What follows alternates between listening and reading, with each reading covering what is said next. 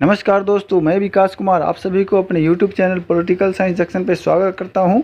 आप सब मेरे चैनल को जरूर सब्सक्राइब करें, लाइक करें एंड शेयर करें। आइए बात करते हैं कौटिल्य की। कौटिल्य प्राचीन भारतीय राजनीतिक विचारक हैं। इन्हें विष्णुगुप्त तथा चाणक्य के नाम से भी जाना जाता है। कौटिल्य का जन्म 376 ईसा पूर्व कुटिल नामक एक ब्राह्मण वंश में हुई थी तथा उनकी मृत्यु 283 ईसा पूर्व में हुई है।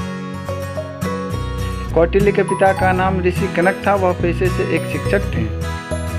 कौटिल्य ने तक्षशिला विश्वविद्यालय से शिक्षा प्राप्त की थी। साथ ही उन्होंने तक्षशिला विश्वविद्यालय में शिक्षक के रूप में भी कार्य किया था। वो उस समय विश्वविख्यात अध्ययन केंद्र हुआ करता था तक्षशिला विश्वविद्यालय। कौटिल्य के कुटिल नीतियों के कारण ही चंद्रगुप्त ने मगध साम्राज्य के सम्राट महापद नंद को परास्त किया था।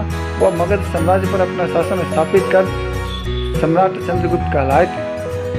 प्राचीन भारतीय ग्रंथ अर्थशास्त्र उनकी महान कृति है जो संस्कृत भाषा में लिखी गई है। कौटिल्य के अर्थशास्त्र में अर्थनीति, राजनीति, कृषि और समाजशास्त्र का मिश्रण मिलता है।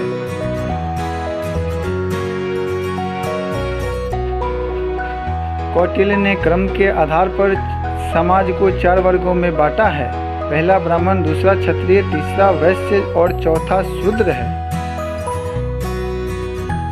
कौटिल्य ने भारत को कुशल प्रशासन प्रदान करने के लिए 3 लक्ष्य को सामने रखा। वह उसे पूरा भी किया। वह तीनों लक्ष्य इस प्रकार है। आप सभी इस लक्ष्य को जरूर जानें।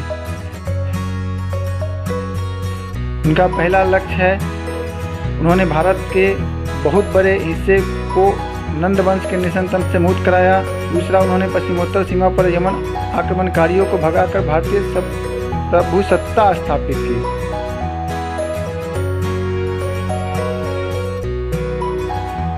और तीसरा, उन दिनों पश्चिमोत्तर भारत में छोटे छोटे राजतंत्रों व गणतंत्रों के प्रतिस्पर्धा के बिगड़े बिगड़े हालात पर नियंत्रण कर भारतीय उपमहाद्वीप में एक विशाल साम्राज्य की स्थापना करने की भी उन्होंने पूरी की। कौटिल्य के विदेश नीति में 6 सूत्रों का वर्णन मिलता है।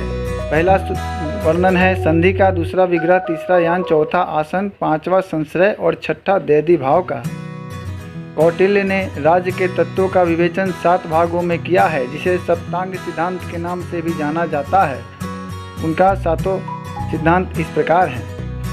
पहला है स्वामी राजा, दूसरा है अमात्य मंत्री, तीसरा जनपद, चौथा दुर्ग यानी किला, 5वां है कोष यानी राजकोष, 6ठा है दंड मतलब बल, डंडा या सेना का, और 7वां है सुहृद मतलब मित्र।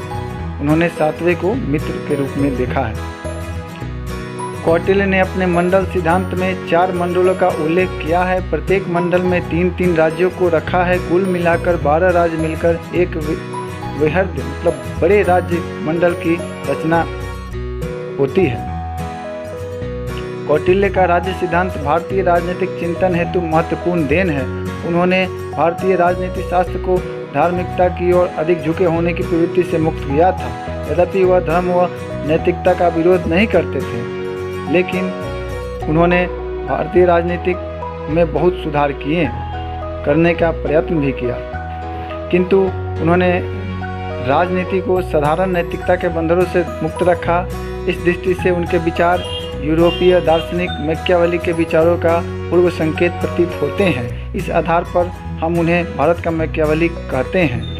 आप सभी को दोस्तों मेरा ये वीडियो कैसा लगा आप सभी कमेंट करके ज़रूर बताएं।